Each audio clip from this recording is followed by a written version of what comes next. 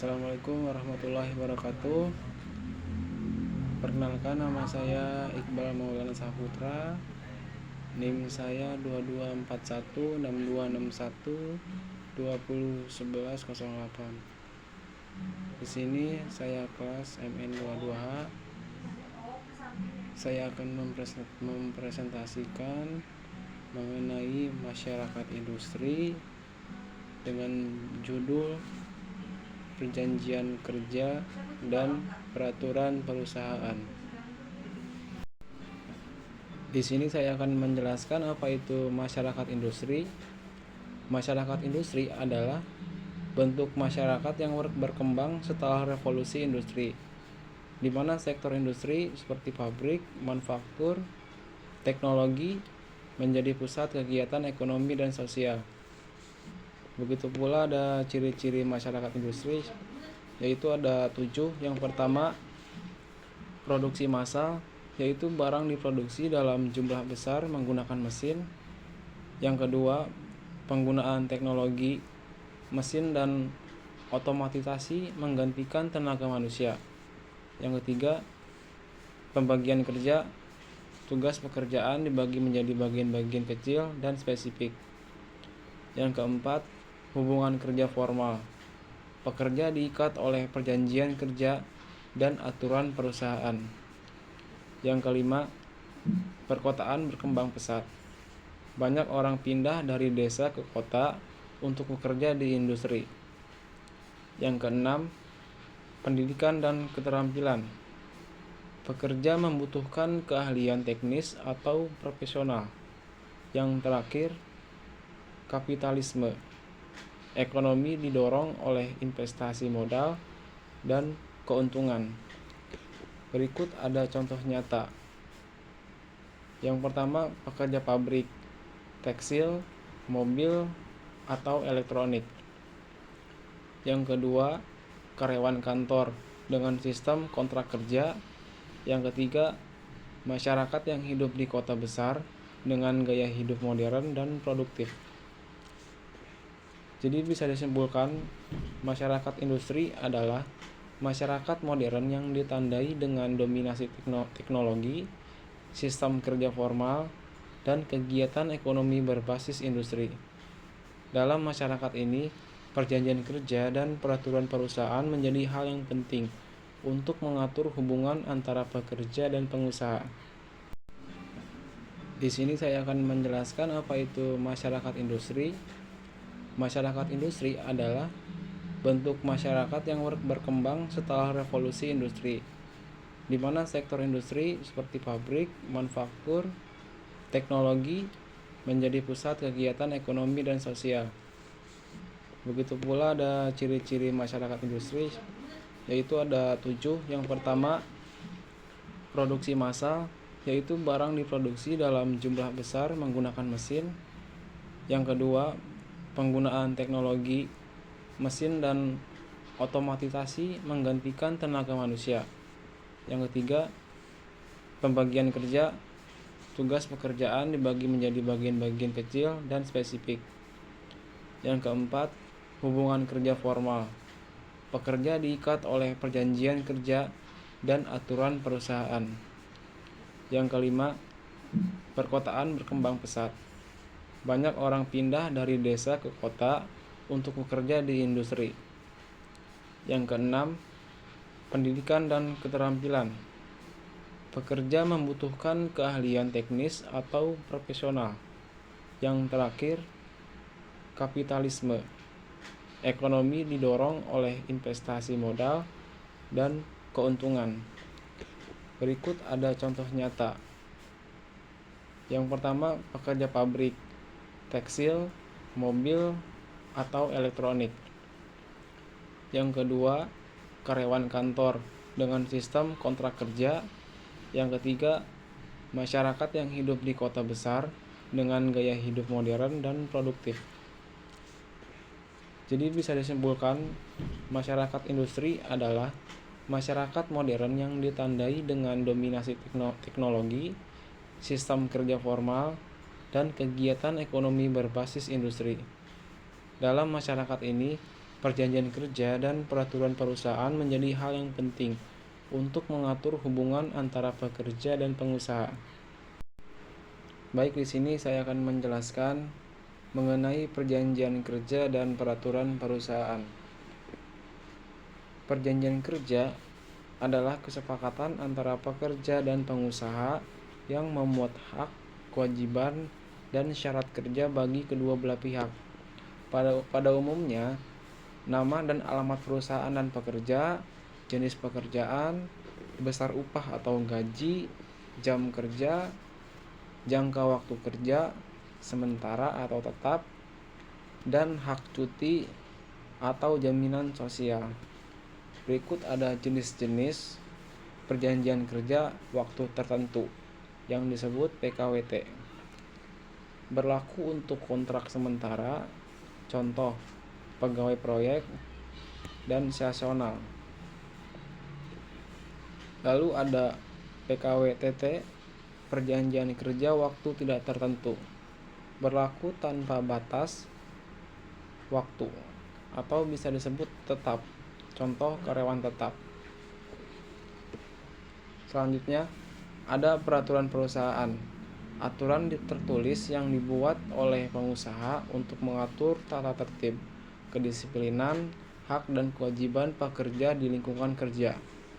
Umumnya jam kerja dan istirahat, tata cara cuti, larangan dan sanksi disiplin, etika berpakaian dan bersikap, prosedur keluhan dan konflik. Tujuannya untuk menjaga ketertiban di tempat kerja, memberikan kepastian hukum, melindungi kedua pihak, pekerja dan perusahaan. Hubungan dari kedua dalam masyarakat industri, hubungan kerja harus jelas dan profesional. Perjanjian kerja menjadi dasar hukum, sedangkan peraturan perusahaan menjadi pedoman perilaku. Keduanya penting untuk mencegah konflik, menjamin keadilan, meningkatkan produktivitas. Baik, di sini saya akan menjelaskan beberapa poin mengenai perjanjian kerja, yaitu ada 3. Kesepakatan antara pekerja dan pengusaha. Yang kedua, memuat hak, kewajiban, dan syarat kerja. Yang ketiga, menjadi dasar hukum hubungan kerja. Yang pertama, kesepakatan antara pekerja dan pengusaha. Hasil dari persetujuan bersama antara dua pihak, seperti pekerja. Yang pertama, orang yang menawarkan tenaga, pikiran, atau keterampilan untuk bekerja. Yang kedua, pengusaha atau perusahaan, pihak yang memberikan pekerjaan dan membayar upah atau gaji. Kedua belah pihak setuju atas isi perjanjian tanpa paksaan, sehingga hubungan kerja bisa dimulai secara sah. Yang kedua, memuat hak, kewajiban, dan syarat kerja. Hak pekerja mendapat upah, cuti, jaminan kesehatan, perlindungan kerja, dan lain-lain. Yang kedua, kewajiban pekerja menyelesaikan tugas, mematuhi aturan perusahaan, menjaga etika kerja. Yang ketiga, hak pengusaha mendapat hasil kerja sesuai target, menjaga produktivitas. Yang keempat, kewajiban pengusaha membayar upah tepat waktu, menyediakan lingkungan kerja yang aman. Yang kelima, syarat kerja mencakup jam kerja, masa kontrak, sistem lembur, tunjangan, dan lain-lain. Dengan perjanjian kerja, semua hak dan kewajiban menjadi jelas dan tertulis. Yang ketiga, menjadi dasar hukum hubungan kerja. Artinya, perjanjian kerja memiliki kekuatan hukum dan bisa dijadikan bukti resmi jika terjadi perselisihan antara pekerja dan perusahaan, pemutusan hubungan kerja seperti PHK, sengketa upah, atau pelanggaran aturan. Dengan perjanjian ini, hubungan antara pekerja dan pengusaha diakui secara hukum. Misalnya, di Indonesia berdasarkan Undang-Undang Ketenagakerjaan Nomor 13 Tahun 2003. Kesimpulan dari 3 poin tersebut, perjanjian kerja bukan sekedar kontrak biasa, tapi merupakan dokumen hukum resmi yang menjadi dasar tertibnya hubungan kerja dalam masyarakat industri. Tanpa perjanjian kerja, Pekerja bisa kehilangan haknya dan pengusaha pun bisa terkena risiko hukum. Berikut ada jenis-jenis perjanjian kerja, yaitu ada PKWT, perjanjian kerja waktu tertentu, PKWTT, perjanjian kerja waktu tidak tertentu. Yang pertama, penjelasan mengenai perjanjian kerja waktu tertentu, PKWT. PKWT adalah kontrak kerja dengan jangka waktu terbatas, biasanya digunakan untuk pekerja yang bersifat sementara atau musiman. Yang kedua, diselesaikan dalam jangka waktu tertentu. Yang ketiga, bukan pekerjaan inti yang bersifat terus-menerus. Berikut ada beberapa ciri PKWT. Yang pertama, ada tanggal mulai dari dan tanggal berakhir. Yang kedua, maksimal kontrak 5 tahun termasuk perpanjangan. Tidak ada masa percobaan kerja atau yang bisa dibilang masa training.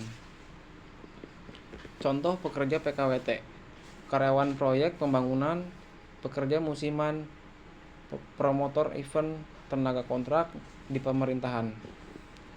Yang kedua, penjelasan mengenai perjanjian kerja waktu tidak tertentu, PKWTT. PKWTT adalah kontrak kerja tetap tanpa batas waktu berakhir. Biasanya diberikan kepada pekerja yang melakukan pekerjaan utama atau permanen atau dipekerjakan dalam jangka panjang. Berikut adalah ciri-ciri PKWTT. Tidak memiliki tanggal berakhir, boleh ada masa percobaan maksimal 3 bulan. Setelah lulus masa percobaan, selanjutnya otomatis menjadi karyawan tetap. Berikut ada contoh pekerjaan PKWTT, yaitu karyawan tetap di perusahaan, staf administrasi, staf keuangan, teknis internal, atau guru tetap yayasan, dan pegawai tetap perusahaan swasta. Perbedaan utama mengenai PKWT dan PKWTT: durasi kerja PKWT ada batas waktu, sedangkan di PKWTT tidak ada batas waktu. Masa percobaan di PKWT tidak diperbolehkan, sedangkan PKWTT diperbolehkan maksimal 3 bulan. Jenis pekerjaan di PKWT sementara atau tidak tetap, sedangkan di PKWTT tetap dan berkelanjutan. Lalu ada pemutusan kontrak.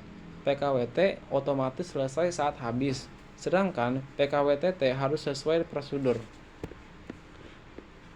Jadi, bisa disimpulkan bahwa pemilihan jenis perjanjian kerja harus disesuaikan dengan sifat pekerjaan.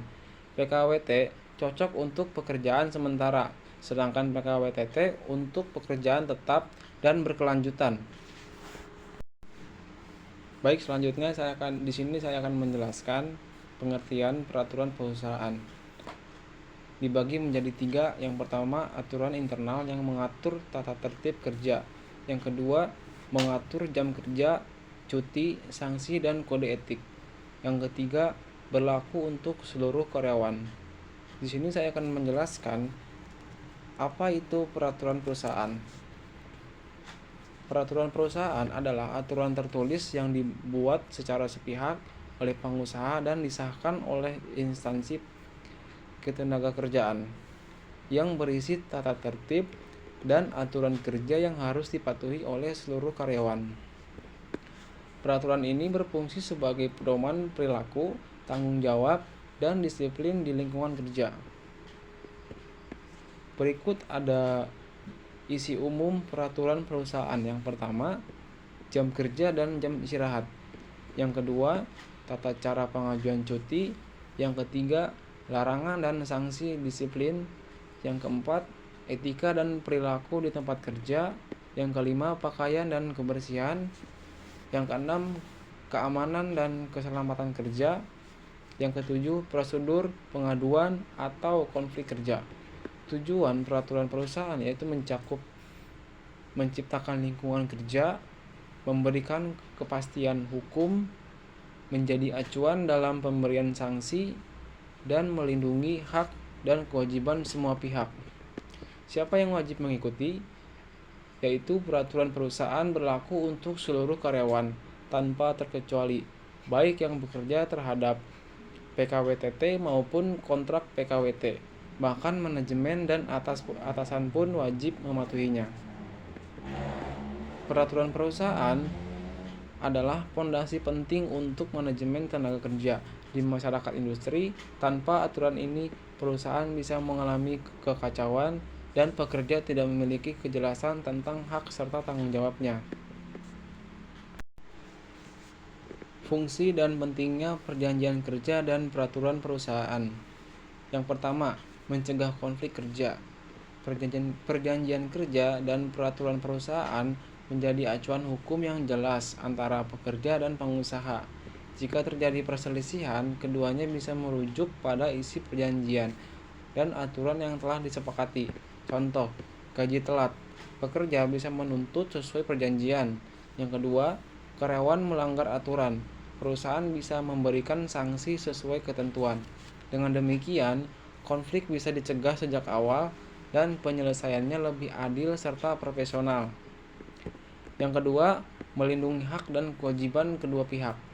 Setiap pekerja berhak atas upah layak, cuti tahunan, lingkungan kerja yang aman, dan setiap perusahaan berhak atas karyawan yang disiplin, kinerja sesuai target, kepatuhan terhadap aturan internal. Perjanjian kerja dan peraturan perusahaan memastikan bahwa kedua belah pihak tidak dirugikan, serta membuat hak dan kewajiban tertulis dan sah secara hukum. Yang terakhir, meningkatkan produktivitas dan profesionalisme. Ketika aturan jelas dan hubungan kerja tertib, maka pekerja akan bekerja lebih tenang dan terarah. Perusahaan bisa mencapai target secara efisien, suasana kerja menjadi profesional dan kondusif. Perusahaan yang tidak sistem kerja biasanya lebih maju dan terorganisir, karena setiap orang tahu apa yang harus dilakukan dan bagaimana cara bertanggung jawab. Contoh di dunia industri. Yang pertama, pabrik manufaktur. Contohnya, industri otomotif, tekstil, makanan, elektronik. Di sektor ini, perjanjian kerja dan peraturan perusahaan sangat ketat karena pekerja berjumlah besar dan terbagi dalam shift. Yang kedua, produksi dilakukan dalam sistem target dan mesin. Yang ketiga, keselamatan kerja sangat penting. Biasanya ada perjanjian kerja untuk buruh harian PKWT, teknis tetap PKWTT, dan aturan tentang jam kerja, keselamatan, dan penggunaan alat perlindungan diri APD. Yang kedua, ada perusahaan jasa.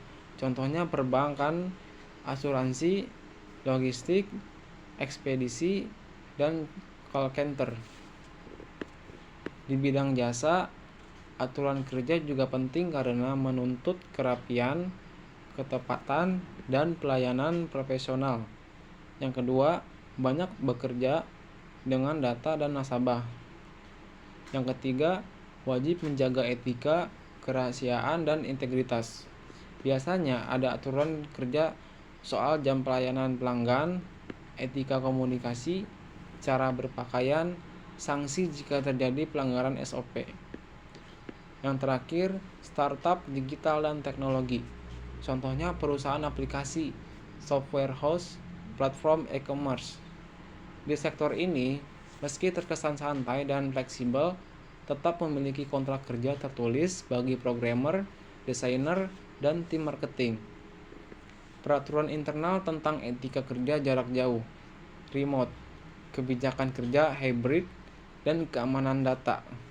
Biasanya mereka memiliki PKWTT untuk karyawan tetap dan PKWT atau freelance agreement untuk proyek jangka pendek. Yang terakhir, saya akan menjelaskan mengenai kesimpulan dalam masyarakat industri. Segala hal berjalan secara terstruktur dan sistematis, termasuk dalam hal hubungan kerja antara pekerja dan pengusaha. Masyarakat industri menuntut keteraturan. Segala aktivitas kerja harus dilakukan secara tertib, efisien, dan profesional. Hal ini hanya bisa dicapai jika ada aturan yang jelas dan disepakati bersama. Perjanjian kerja dan peraturan perusahaan adalah fondasi. Keduanya menjadi dasar hukum dan pedoman dalam menjalankan aktivitas kerja. Tanpa perjanjian dan peraturan, hubungan kerja bisa kacau dan merugikan semua pihak. Dan yang terakhir, menjaga hubungan kerja yang sehat dan tertib. Dengan adanya sistem ini, baik pekerja maupun pengusaha merasa aman, adil, dan terlindungi. Produktivitas meningkat, konflik bisa diminimalisir, dan suasana kerja menjadi lebih harmonis. Perjanjian kerja dan peraturan perusahaan bukan hanya dokumen formal. Ia adalah fondasi penting yang menjaga keseimbangan dan keharmonisan dalam dunia kerja di era industri modern. Cukup sekian presentasi saya. Mohon maaf apabila salah kata atau salah bicara. Saya akhiri. Wassalamualaikum warahmatullahi wabarakatuh.